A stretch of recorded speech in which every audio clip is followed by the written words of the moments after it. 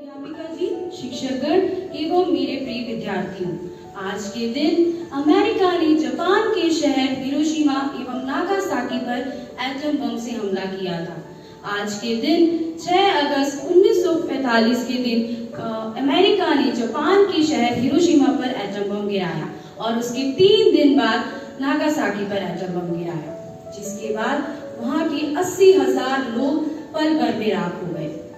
America ने ये atom bomb जापानी नौसेना द्वारा अमेरिकी बेस कैंप पर किए गए हमले का बदला लेने के लिए किया।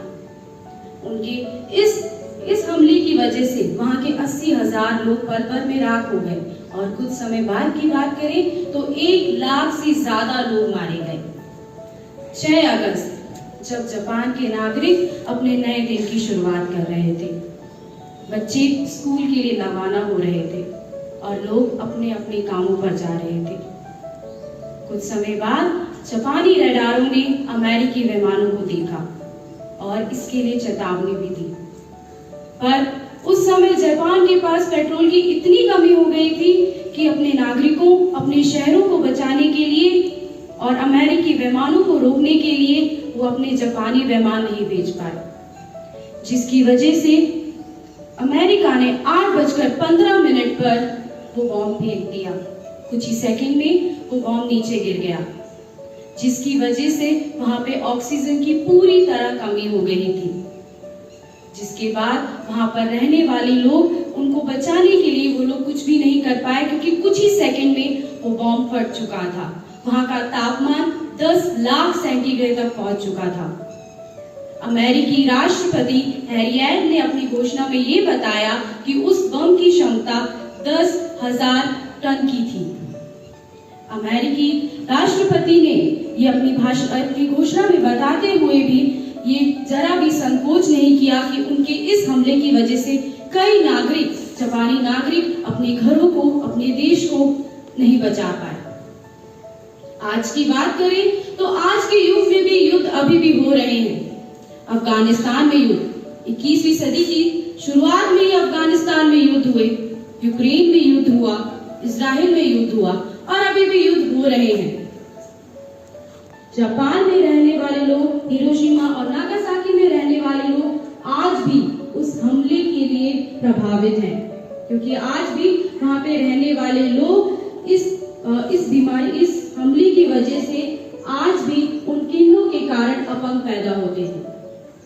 आज के समय की बात करें तो ये युद्ध सिर्फ मृत्यु और अर्थव्यवस्था को प्रभावित नहीं करता है, बल्कि पर्यावरण को भी प्रभावित करता है। हम सिर्फ यही देखते हैं कि युद्ध की वजह से मृत्यु हो रही है, अर्थव्यवस्था हो रही है, वो भी गलत बात है। लेकिन जो देश, वो तो ये सोचते हैं कि हम एक दूसरे से लड़ रहे हैं, एक जीतता है, एक हारता है। बस सच बात ये है कि जीतता कोई भी नहीं है। रह जाते हैं वो नागरिक जो अपने अपनों को खो देते हैं, अपने रहने का सहारा खो देते हैं।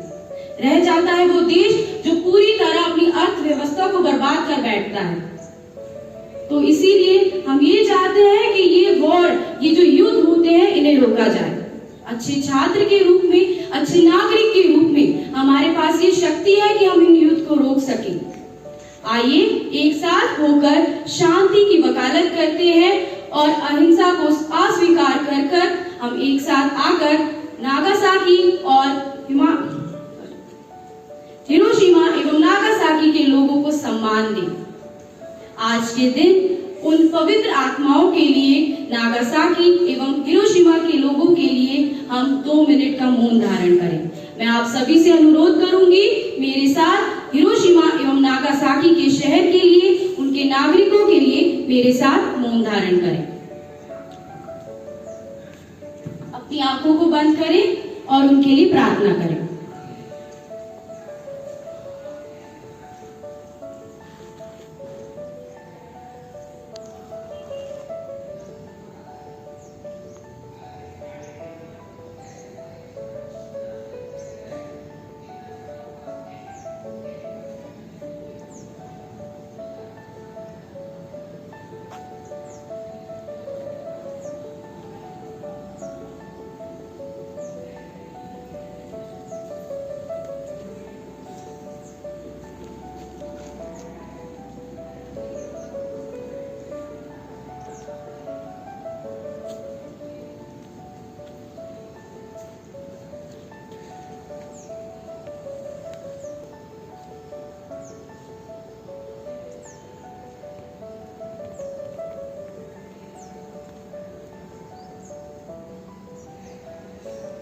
ध्यान रखें। उस बम हमले की वजह से वहाँ पे ऑक्सीजन की इतनी कमी हो गई थी कि हवा में ऑक्सीजन ही नहीं रह गया था।